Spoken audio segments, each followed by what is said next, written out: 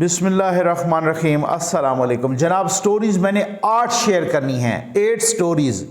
یہ خواجہ آصف صاحب نجم سیٹھی صاحب پہ برس پڑے، یہ کیا چکر ہے، یہ آپ کے ساتھ ڈسکس کرنا ہے۔ اور یہ مقبول جان کی وہ چھت رول ہوئی ہے نا، وہ چھت رول ہوئی ہے، وہ بھگو کے چھتر پڑے ہیں، یہ آپ حیران رہ جائیں گے۔ احسن اقبال صاحب وفاقی وزیر، انہوں نے وہ کر دکھایا ہے جو ابھی تک کسی نے نہیں کیا، یہ آپ کے ساتھ ڈسکس کر۔ صدر مملکت کو جوابی خط لکھا گیا ہے اور اس خط میں ایسی طبیعت صاف کی گئی ہے آپ حیران ہو جائیں گے۔ 7 دن کے اندر جسٹس مظاہر علی نقوی مستعفی ہو۔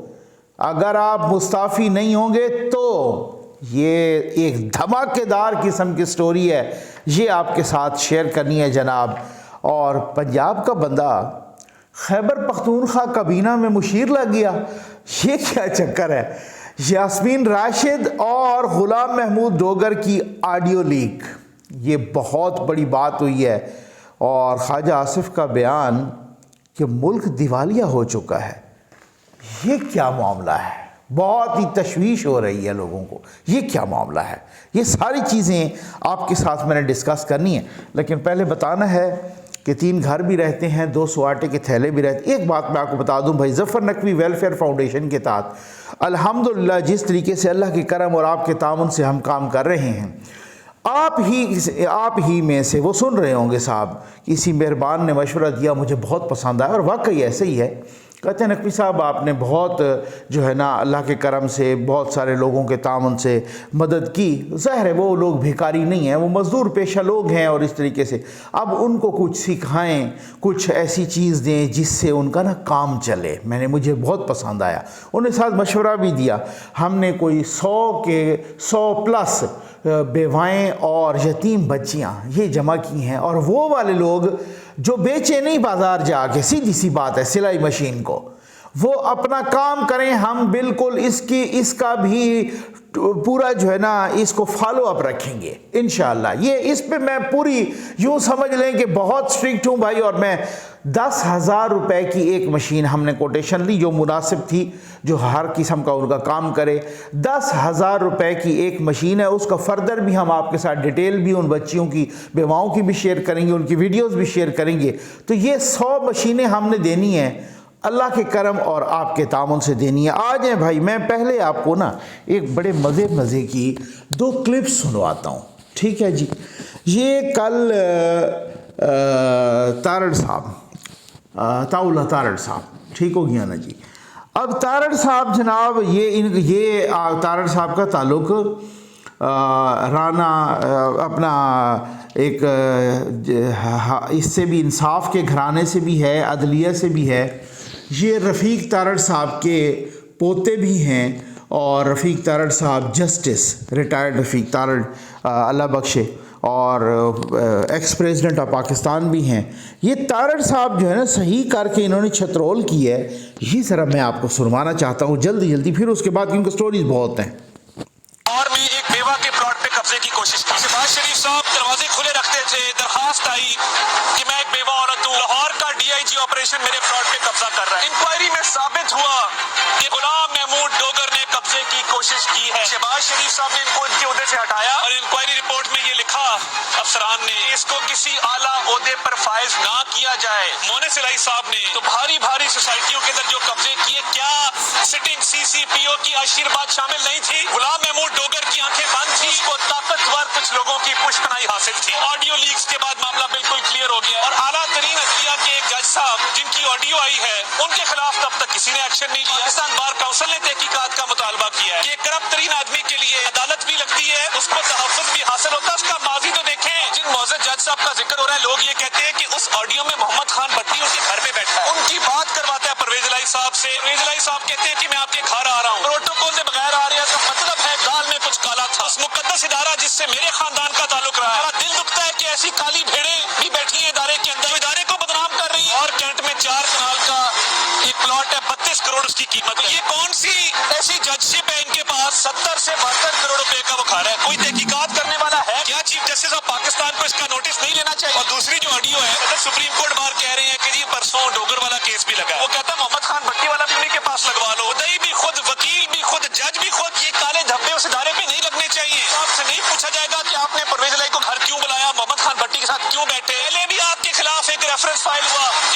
سابق چیف جسٹس نے کہا کہ آپ کا کانڈکٹ کلرفل ہے، کلرفل سے بھی آپ نے اپنے لمبے ہاتھ استعمال کیے، باعزت بری ہو گئے. صرف سیاستدان رہ گئے ہیں احتساب کے لیے کہ جب چاہے بند کر دو، جب چاہے نکال دو. کیا ان سے نہیں پوچھا جائے گا کہ آپ کے دونوں بیٹے کیا کھلواڑ کرتے ہیں؟ لاہور ہائی کورٹ میں جج صاحبان بات کرتے ہیں، کسی کورٹ رپورٹر سے پوچھ لیں کیا دونوں بیٹوں کا ریفرنس نہیں دیا جاتا کہ ان کو وکیل کرو؟ پریکٹس میں آتے کسی کی پریکٹس اتنی چلتی جن کی دونوں بیٹوں کی چل رہی ہے. جیسے پاکستان کو چاہیے سبے کو صاف ہونا چاہیے، اس کی شفاف تحقیقات ہونی چاہیے. ایک لاڈلا ہے جو گھر بیٹھا ہے، اس لاڈلے سے پوچھا جاتا ہے تشریف آوری کب ممکن ہے؟ کہتے ہیں میری لات خراب ہے. بھائی میڈیکل بورڈ بنا دیں. ہمارے پہ تو 6 میڈیکل بورڈ بیٹھتے تھے، سرکاری میڈیکل بورڈ بنائے، پتہ لگے گا کان کتنی خراب ہے. بہت اہم باتیں کی ہیں عطاء اللہ تارڑ صاحب نے، بہت ہی اہم باتیں کی ہیں، اور جسٹس مظاہر علی نقوی کے کردار پر بہت ہی سنگین الزامات اور بہت ہی اہم سوالات اٹھائے ہیں، اور وہ تو ثبوتوں کے طور پہ پیش کر رہے ہیں کہ لاہور ہائی کورٹ میں دیکھ لیں، ہر رپورٹر سے پوچھ لیں کہ جی یہ آپ ان کے دونوں بیٹے پریکٹس کر رہے ہیں، ہر بندہ کہتا ہے ان کو ہی وکیل کر لو، کیونکہ پھر آگے یہ تو پورے لاہور ہائی کورٹ پہ ہی انگلی اٹھ گئی ہے، پورے لاہور ہائی کورٹ پہ. اور ساتھ یہ بھی کہا ہے کہ یہ سیاسی لنگڑا بیٹھا ہے 3-3.5 مہینوں سے پلستر چڑھا کے، بھائی اور کچھ بھی نہ کرے کم از کم. میں نے تو کہا تھا بھائی اس کو گرفتار کرنے کے بعد، میں نے آپ کو بتایا تھا اس کو گرفتار کرنے کے بعد فوری طور پہ سیاسی لنگڑے کا پلستر اتارا جائے.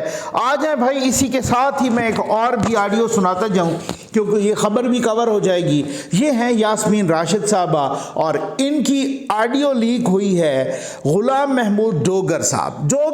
غلام محمود ڈوگر کیا گدڑ سنگھی ہے، کیا مسئلہ ہے پی ٹی آئی کو، کیا مسئلہ ہے جسٹس مظاہر علی نقوی کو، کیا مسئلہ ہے کہ جناب ڈوگر صاحب ادھر ہی رہیں گے؟ ایسا کچھ تو چکر ہے نا، کچھ تو دال میں کالا ہے. یہ ذرا سن لیں ذرا.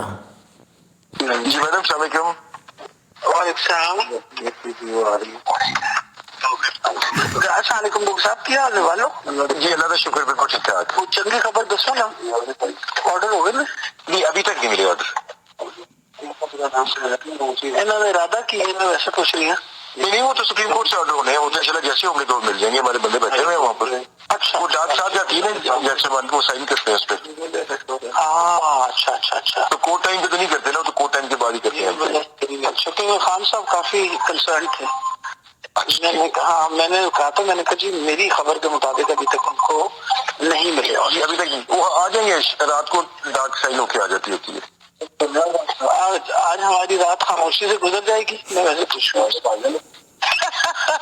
تعالیٰ خیر کرے، اللہ تعالیٰ. اچھا، میں نے کہا مشکل سوال آپ کو ڈال دیا آتے ساری. اللہ تعالیٰ کرم کرے، اللہ کرم کرے گا اپنا. ٹھیک ہے. یہ ہیں جناب یاسمین راشد صاحبہ، یہ بتا رہی ہیں کیوں اتنے کنسرن ہے خان صاحب کو مسئلہ کیا ہے بھائی؟ خان صاحب کیوں اتنے کنسرن ہیں؟ ان کو کیا پرابلم ہے؟ ایک سی سی پی او، وہ تو کہتے ہیں مجھے تو آرمی چیف سے بھی کوئی فرق نہیں پڑتا کیونکہ میں کرپٹ نہیں ہوں، وہ کوئی بھی آ جائے مجھے کوئی فرق نہیں پڑتا. اندر سے کچھ اور باہر سے کچھ اور، منافقت کی انتہا ہے. ایک سی سی پی او کو لگانے میں سب نے زور لگایا، اور ساتھ ہی مبینہ طور پہ ہم خیال ججز نے بھی ان کو وہی سہولت کاری کر دی اور وہی ڈھال پرووائڈ کر دی. ایک سی سی پی او کو لاہور میں رکھنے کے لیے کیا مسئلہ کیا ہے؟ خان صاحب بڑے کنسرن ہیں، ان کو وہاں رکھنا ہے کیوں؟ کیا مسئلہ کیا ہے؟ کیا کروانا ہے ان سے؟ کل کو بھائی الیکشن اناؤنس ہو تو یہ کریں. اگلوں نے بھی صحیح ارینجمنٹ کیا ہوا ہے. یہ کل آئی جی پنجاب نے وہ بلال صدیق کمیانہ صاحب جو کہ ان کی جگہ پہ لگائے گئے تھے، ان سے میٹنگ کر کے ایک میسج دیا ہے کہ بھلے کوئی بھی سپریم کورٹ یہاں کسی کو لگا دے. اب بھائی جب آپ سیاست میں دخل اندازی ماریں گے، جب اس طرح سے انگلی ماریں گے ہر ایک چیز میں، جب اپنے دائرہ کار کو، دائرہ اختیار کو پھلانگ کے سیاست کریں گے، جب آپ اس طریقے کے مبینہ طور پہ عمرانڈو اور یوتھیے بنیں گے، تو پھر تو ڈیفینیٹلی آپ کے احکامات اسی طرح سے ہوا میں اڑا دیے جائیں گے. پھر وہ چیف اپنا آئی جی نے ان کے ساتھ میٹنگ کی اور میسج ایک clear cut, loud and clear message یہ ہے کہ کچھ بھی کر لو، ان کے پاس اختیار نہیں ہوں گے. وہ عمران خان کا سی سی پی او ہو سکتا ہے, پرویز الہی کا, وہ حکومت کا سی سی پی او نہیں ہو سکتا, وہ پولیس کا سی سی پی او نہیں ہو سکتا. غلام محمود ڈوگر جب کسی کے وہ منظور نظر تھے تو اب ان کے منظور نظر نہیں ہے. غلام محمود ڈوگر نے ایک طرح سے اپنے پیر پر آپ ہی کلہاڑی ماری ہے, یہ ریاست کے ساتھ بغاوت کر کے. آ جائیں بھائی, یہ کیا چکر ہے؟ خواجہ آصف صاحب نجم سیٹھی پہ جو ہے نا وہ کیا ہوا, وہ برس پڑے ہیں, اور یہ معاملہ کیا ہے؟ آ جائیں بہت سٹوریز بڑی اہم ہیں, سٹوریز ایک سٹوری ایک سے بڑھ کے ایک سٹوری ہے. نجم سیٹھی صاحب نے یہ کراچی والے حملے کے بعد ایک ٹویٹ کی, جو کہ میں سمجھتا ہوں ان کو ایسی ٹویٹ قطعاً نہیں کرنی چاہیے تھی, یہ بہت غلط ٹویٹ تھی. خیر, وہ بعد میں نجم سیٹھی صاحب نے وہ ٹویٹ ڈیلیٹ بھی کر دی. سیٹھی صاحب نے لکھا, The TTP have said they will only target state security establishment because various deals have broken down. There is no threat to PSL. It will go on. Najam Sethi صاحب کہتے ہیں کہ تحریک طالبان پاکستان نے بتا دیا ہے کہ وہ صرف اور صرف سیکیورٹی اسٹیبلشمنٹ کو ٹارگٹ کریں گے, کیونکہ انہوں نے ان کے ساتھ کوئی معاہدے توڑے ہیں, اس وجہ سے وہ سیکیورٹی اسٹیبلشمنٹ کو ٹارگٹ کریں گے. پی ایس ایل کو کوئی خطرہ نہیں ہے, یہ اسی طرح چلتی رہے گی. اچھا, یہ بہت ہی نامناسب, نجم سیٹھی صاحب کے ساتھ بہت احترام کا تعلق ہے, لیکن یہ بہت ہی نامناسب. اس کا مطلب یہ ہے کہ پی ایس ایل چلتی رہے تو اس کا مطلب یہ ہے کہ سیکیورٹی اسٹیبلشمنٹ, چاہے وہ پولیس ہو, چاہے وہ رینجر ہو, چاہے وہ پاک آرمی ہو, وہ خدا نخواستہ شہید ہوتے رہیں, وہ اسی طرح سے مرتے رہیں بیچارے, قتل ہوتے رہے ہیں, دہشت گردی کا شکار ہوتے رہیں. خواجہ آصف صاحب نے لکھا, سیٹھی صاحب کا وہ ٹویٹ ٹیگ کر کے ساتھ تصویر لگا کے یہ لکھا, یہ شخص یعنی سیٹھی صاحب, یہ شخص اسٹیٹ سیکیورٹی اسٹیبلشمنٹ کا موازنہ پی ایس ایل سے کر رہا ہے. کہنے کا مطلب ہے سیکیورٹی اسٹیبلشمنٹ پہ حملہ حلال ہے اور پی ایس ایل پر حرام. یہ ہماری فوج اور پولیس کی جانوں کی کوئی حرمت نہیں ہے. اچھا جی, اطمینان ہے, پی ایس ایل محفوظ ہے. یہ ہے ہماری اشرافیہ, صرف اپنا مفاد عزیز ہے, قومی سلامتی اور قیمتی جانیں ڈسپوزیبل ہیں. یہ خواجہ آصف صاحب نے بات بالکل ٹھیک کی. ہو سکتا ہے ان کے الفاظ کچھ سخت ہوں, لیکن ان کا جو انہوں نے بتانا تھا وہ بالکل, نجم سیٹھی صاحب کی ٹویٹ بالکل غلط تھی, ان کو ایسی ٹویٹ بالکل نہیں کرنی چاہیے. اور بعد میں ان کو احساس بھی ہو گیا. اصل مسئلہ یہ ہوتا ہے کہ جب آپ کا سٹیچر بلند ہوتا ہے, اس آپ سے غلطی کی کم کی توقع ہوتی ہے. انسان خطا کا پتلا ہے, اس سے غلطی ہو جاتی ہے, لیکن آپ کی جب اس طرح کا آپ کی وزڈم کی لوگ گواہی دیتے ہیں, آپ کو سنتے ہیں, آپ کا سٹیچر جب بلند ہوتا ہے, پھر آپ نے اپنے اوپر خود احتسابی وہ جو ہے نا طاری کرنی ہوتی ہے, اور ایسے ٹویٹس یا ایسی بات یا ایسی تحریر یا ایسی تقریر اس سے اوائڈ کرنا چاہیے. آ جائیں بھائی, بڑے مزے کی بات آپ کو میں بتاؤں, یہ اوریا مقبول جان کی چھترول ہو گئی ہے. یہ چھترول کی تو کی کس نے ہے بھائی؟ یہ چھترول میں بتاتا ہوں آپ کو. پہلے آپ اس کا بیک گراؤنڈ جلدی سن لیں, کیونکہ میں نے جلدی ہی گزرنا ہے. خبریں بڑی اہم ہیں, ابھی اس خبر پہ بھی آنا ہے کہ 7 دن کے اندر جو ہے نا استعفیٰ دو جسٹس مظاہر علی نقوی, نہیں تو یہ کس نے کہا ہے؟ اور عارف علوی اپنی اوقات میں رہو, یہ بھی کس نے کہا ہے؟ یہ بھی سارا کچھ آپ کے سامنے ابھی میں آپ کے سامنے پیش کرتا ہوں. آ جائیں بھائی, اصل میں معاملہ یہ ہے کہ ارشد شریف مرحوم کی اہلیہ, تیسری اہلیہ جویریہ صدیق صاحبہ, انہوں نے ایک ٹویٹ کی تھی. انہوں نے کہا تھا کہ میری ساس یعنی مدر ان لا کا مقدمہ کوئی وکیل بھی لینے کے لیے تیار نہیں ہے. اس کے بعد مختلف لوگوں نے ان سے رابطہ کیا اور ٹویٹر پہ بھی کہا کہ جی ہم تو لینے کے لیے تیار ہیں, اور ان میں سے ایک جسٹس شوکت عزیز صدیقی صاحب بھی تھے. انہوں نے بھی کہا کہ جی آپ اگر چاہیں تو میں آپ کا مقدمہ بالکل فی سبیل اللہ لڑنا چاہتا ہوں. اس کے بعد شوکت عزیز صدیقی صاحب, اس کے بعد اوریا مقبول جان, جو مالشیا, پالشیا, یوتھیا, عمرانڈو, بے شرم, کچھ بھی اس کو کہہ لیں, اس کو فرق نہیں پڑے گا. اوریا مقبول جان, انہوں نے ایک ٹویٹ کی شوکت عزیز صدیقی کی تصویر لگا کے, اور انہوں نے ان کی پالش کرنا شروع کر دی. وہ کہتے ہیں کہ اوریا مقبول جان نے لکھا کہ جسٹس شوکت عزیز صدیقی کا ایمان ہے جس نے انہیں تقویت دی, اور وہ ارشد شریف کا مقدمہ لڑنے کے لیے صف بستہ ہو گئے. جب جج تھے تو عاصمہ جہانگیر سمیت سب سیکولر ان کے خلاف بولتے تھے۔ آج بھی اسی ٹولے کے وزیر قانون اور اس کی لیگل ٹیم سے ان کا مقابلہ ہوگا۔ اللہ استقامت دے، نصرت عطا فرمائے۔ یہ جناب انہوں نے مالش پالش شروع کر دی، کس کی؟ شوکت عزیز صدیقی کی۔ شوکت عزیز صدیقی نے ان کے ٹویٹ کا جواب دیا۔ وہ لکھتے ہیں کہ اوریہ مقبول عباسی صاحب، میں نے آپ کی زیر نظر ٹویٹ ابھی دیکھی جو کہ باعث حیرت ہے۔ 21 جولائی 2018 کی میری تقریر کے بعد جس طرح کی ہرزہ سرائی اور زہر افشانی آپ نے کی ہے وہ مجھے یاد ہے، چونکہ اس وقت آپ طاقتور حلقوں کے کرندہ خاص ہونے کی بنا پر گھمنڈ اور غرور میں مبتلا تھے۔ میں آپ کو یہ حق نہیں دیتا کہ آپ میرے ایمان و معاملات پر کوئی تبصرہ کریں۔ مجھے اگر آپ میں اور عاصمہ جہانگیر میں انتخاب کرنا پڑے تو آپ میرا انتخاب ہرگز نہیں ہوں گے۔ میں نے ساری زندگی حق گوئی کے ساتھ گزاری ہے، حق و دانش فروشی میں نہیں۔ یعنی مقصد کہنے کا یہ ہے کہ آپ نے حق و دانش فروشی میں گزارا ہے، ٹھیک ہو گیا نا، میں نے نہیں۔ آپ اب زیادہ مالش پالش نہ کریں، آپ ذرا اطمینان سے رہیں۔ میں نے مقدمہ لڑنا ہے، میں لڑوں گا، میں حق کے لیے لڑوں گا، میں پورے میرٹ پہ لڑوں گا۔ آپ نے نہیں کچھ، آپ مجھے سبق نہ پڑھائیں اور آپ زیادہ وہ نہ بنیں۔ اچھا، اس کے بعد جناب آ جائیں، بہت ہی زبردست خبر ہے بھائی۔ احسن اقبال صاحب نے بہت بڑا کارنامہ انجام دیا، شاباش دینی چاہیے بھائی احسن اقبال صاحب کو۔ احسن اقبال صاحب نے اپنی سرکاری گاڑی واپس کر دی ہے۔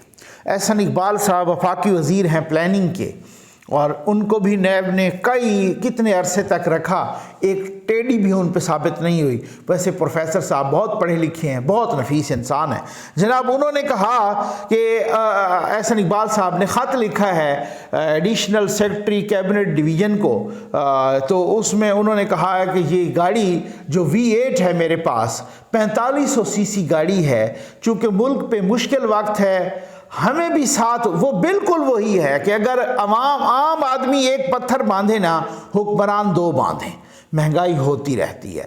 آپ ان کے ساتھ کھڑے ہوں، ان کو بھی پتا ہو کہ انہوں نے ہمارے ساتھ اظہار ہمدردی کی ہے۔ 4500 cc گاڑی V8 احسن اقبال صاحب نے واپس کی ہے کہ اس پہ پیٹرول کا بھی زیادہ خرچہ آتا ہے، اس کی مینٹیننس پہ بھی زیادہ خرچہ آتا ہے۔ یہ گاڑی میں واپس کر رہا ہوں، میں کوئی 1800 cc یا اس سے بھی کم والی استعمال کر لوں گا۔ آفرین ہے بھائی احسن اقبال صاحب، لیکن ایسا نہ ہو کہ یہ گاڑی واپس جائے کسی اور کو مل جائے۔ اسی طریقے سے اگر کچھ بہت سارے لوگوں کو اگر ہوش آ جائے، میں معذرت کے ساتھ کہوں گا، تو ملک سنور سکتا ہے۔ یہ بہت بڑی بات ہے۔ آ جائیں بھائی، آ جائیں اگلی سٹوری پہ۔ سٹوریاں بڑی اہم ہیں، ایسی بمباسٹک سٹوریاں ہیں کہ آپ کو حیران کر دیں گی۔ الیکشن کمیشن نے صدر مملکت کو جوابی خط لکھا ہے۔ صدر مملکت نے ایک پہلے بھی خط لکھا تھا، الیکشن کمیشن نے جواب نہیں دیا۔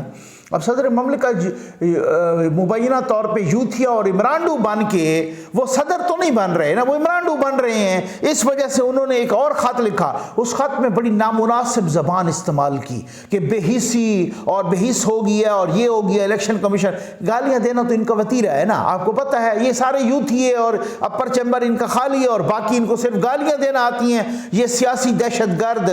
اور پھر جو جواب آیا نا، انہوں نے بھی طبیعت صاف کر کے رکھ دی۔ انہوں نے کہا مناسب نامناسب غیر اپنے یہ آئینی ادارے کے لیے یہ نامناسب الفاظ، غیر پارلیمانی الفاظ اس طرح سے وہ ہے میرے پاس خط میں، اس میں الگ بھی کروں گا ویڈیو۔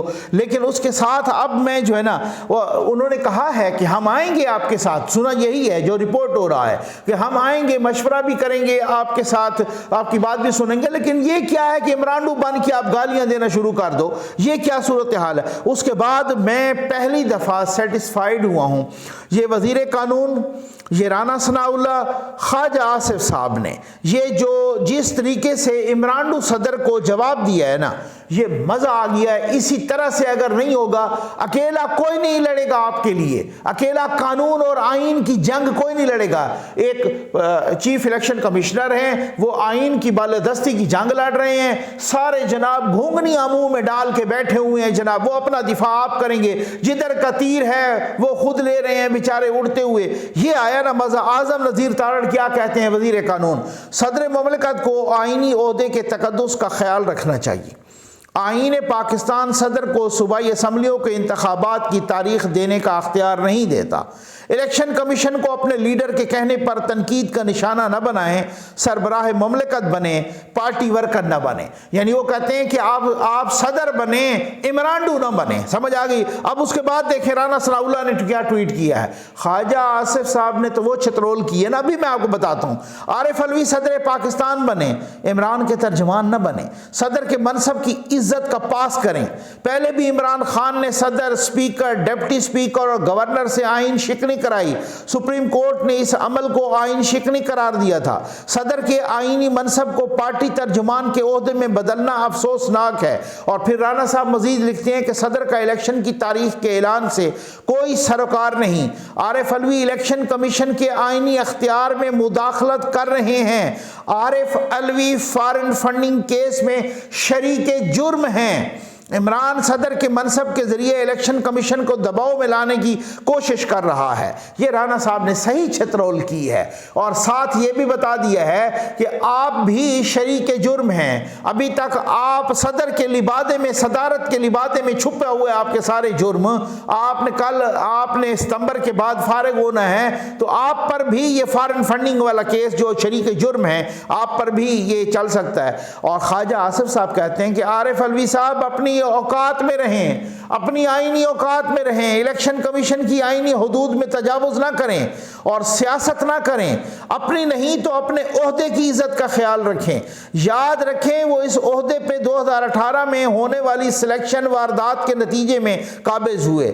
ریفرنس اور وارننگ کے لیے سپریم کورٹ کا یہ فیصلہ حاضر ہے. انہوں نے HRC 19 آف 1996 سپریم کورٹ کا ایک فیصلہ جو ہے نا ساتھ ہی شیئر کیا ہے, اور اس فیصلے میں بتایا گیا ہے کہ صدر تو ٹائٹولر ہیڈ ہوتا ہے, صدر تو ایک ڈمی صدر ہوتا ہے, صدر تو ایک ڈمی کی صدر تو وہی کنگ ٹائپ کے اختیارات ہوتے ہیں.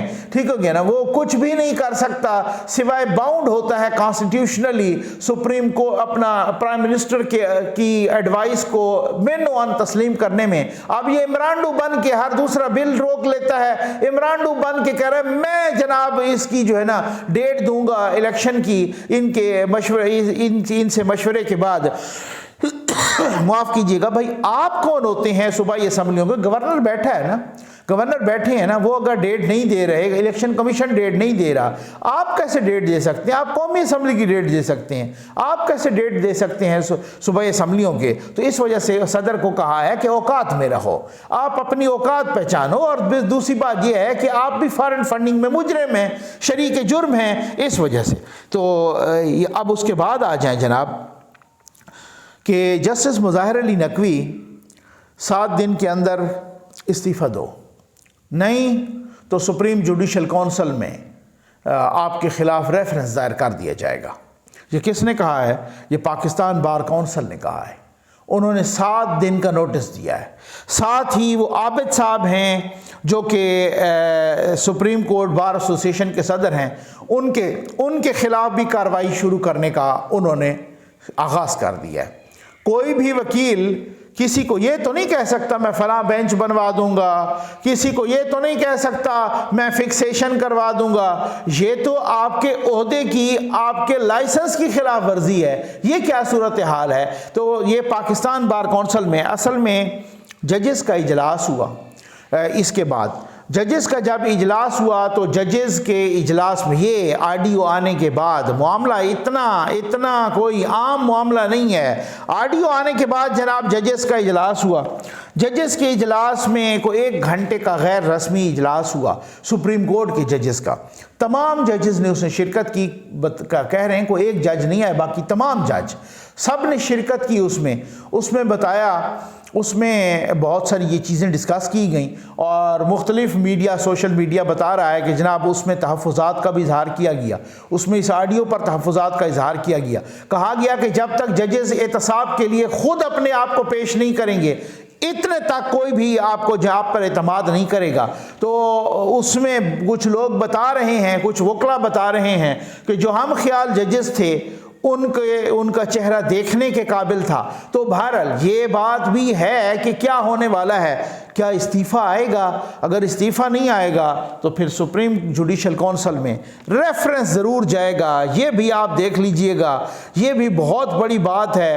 اور یہ بھی انہوں نے ان کو جو ہے نا ساتھ آ جائیں جناب اس بات پر کہ بندہ پنجاب کا لگ گیا KPK میں، مشیر لگ گیا، یہ کیا چکر ہے جناب؟ یہ صاحبزادے ہیں سید نیر حسین بخاری، پیپلز پارٹی کے ایکس چیئرمین سینٹ، ٹھیک ہے، سید نیر حسین بخاری، ان کے صاحبزادے ہیں سید جرار حسین بخاری، یہ لگ گئے مشیر خیبر پختونخوا کی نگران کابینہ میں۔ اچھا، بعد میں پتہ چلا اور اعظم خان صاحب ماشاءاللہ وہاں جو وزیر اعلیٰ ہیں وہ کہہ رہے ہیں جی مجھے تو پتہ ہی کوئی نہیں تھا، یعنی مشیر انہوں نے خود لگایا، ان کو پتہ ہی نہیں تھا کہ یہ پنجاب کے ہیں اور یہ خیبر پختونخوا میں۔ بھائی ایسا اللہ کا نام مانیں، ایسی بات تو نہ کریں، پھر ظاہر ہے اسی طریقے سے PTI والے بھی اچھالیں گے، ہر بندہ سیاسی تجزیہ کار بھی اچھالے گا۔ تو یہ بات اب وہ کہتے ہیں کہ جی انکوائری کرائی جائے، اس کے بعد اگر ایسا کوئی معاملہ ہو تو یہ ہٹا دیا جائے، ان کو مشیر ختم کر دیا جائے۔ یہ کیسا معاملہ ہے؟ اچھا، ملک دیوالیہ ہو چکا ہے۔ خواجہ آصف صاحب نے یہ کوئی ایک پرائیویٹ نجی کالج کی کنووکیشن سے تقریب سے خطاب کرتے ہوئے کہا کہ ملک دیوالیہ ہو نہیں رہا بلکہ ہو چکا ہے۔ کس پہرائے میں انہوں نے بیان دیا؟ ظاہر ڈار صاحب کو بھی اور باقیوں کو بھی، خود خواجہ آصف کو بھی، حکومت کو بھی اس کا جواب دینا پڑے گا۔ ساتھ ظاہر ہے انہوں نے ان پالیسیز کا بھی ذکر کیا کہ جو خان صاحب جو پالیسیز وغیرہ۔ اچھا، خواجہ آصف صاحب نے بہت اچھے کوسچنز اٹھائے اور بات بالکل ٹھیک کی۔ انہوں نے کہا دہشت گردوں کی واپسی ہوئی، ہمیں کہا گیا کہ یہ پرو پاکستان ہیں، یہ محب وطن ہیں، انہی دہشت گردوں نے تباہی مچائی۔ تو یہ واپسی کس نے کرائی؟ آخر کوئی پوچھ گچھ تو ہونی چاہیے، یہ کس نے کرائی؟ بہت اہم بات کی جناب، دوبارہ انہوں نے 200 گالف کلب کا ذکر کیا کہ سرکاری زمینوں پر چل رہے ہیں۔ خواجہ آصف صاحب کہتے ہیں کہ لاہور کا ایک گالف کلب ہے جو 1500 کنال پر ہے لیکن حکومت کو کرایہ صرف 5000 ملتا ہے۔ یار یہ ظلم کی انتہا نہیں ہے؟ یہ جتنی حکومتیں آئیں، مطلب اس سے پہلے بہت پہلے تو بہت ہی کم ملتا ہوگا، 1500 کنال کا کرایہ 5000 روپے۔ یہ گالف کلب کون چلا رہے ہیں؟ یہ جو بھی چلا رہے ہیں، چاہے کنٹرول ٹاور چلا رہا ہے، چاہے کوئی اور چلا رہا ہے، حکومت ریاست چلا رہی ہے، چاہے بیوروکریسی اس سے مزے لے رہی ہے، اور کہتے ہیں کہ سارے بڑے بڑے جو مہان سیاسی ہیں، بیوروکریٹس ہیں، وہ ان کلبوں میں جا کے مزے کرتے ہیں۔ ٹھیک، خواجہ صاحب نے بالکل ٹھیک کہا کہ ان میں سے اگر آپ کے پاس جو کہ اتنے زیادہ کلب ہیں، 200 کلب، ان میں سے 2 بھی بیچ دیے جائیں تو ملک کا 1/4 قرضہ ادا ہو جائے گا۔ 2 بیچ دیے جائیں، یہ میں نہیں کہہ رہا، یہ آپ کا وزیر دفاع کہہ رہا ہے، ایک ریسپانسبل فگر کہہ رہا ہے کہ 2 بھی بیچ دو نا، 2 کلب بھی بیچ دو، 2 کلب، تو ان میں سے ملک کا 1/4 قرضہ ادا ہو جائے گا۔ اور اگر آپ 10 کلب بیچ دیں تو سارا قرضہ ادا ہو جائے گا۔ 10 15 20 کلب بیچ دیں 200 میں سے۔ تو جو قوم یہ نہیں کرنا چاہتی، جس قوم کے بڑے اور جس قوم کے اس طریقے کے ذمہ داران، یہ صاحبان اختیار اور صاحبان اقتدار، جو اس طرح کی عیاشی ہو کہ جو مغلیہ سلطنت کی عیاشی کو بھی پیچھے چھوڑ دے، اس قوم نے اسی طرح سے آٹے کی قطاروں میں لگ لگ کے مرنا ہے۔ میں معذرت کے ساتھ کہوں گا۔ امید ہے آپ کو ویڈیو پسند آئی ہوگی۔ آپ کا بہت بہت شکریہ۔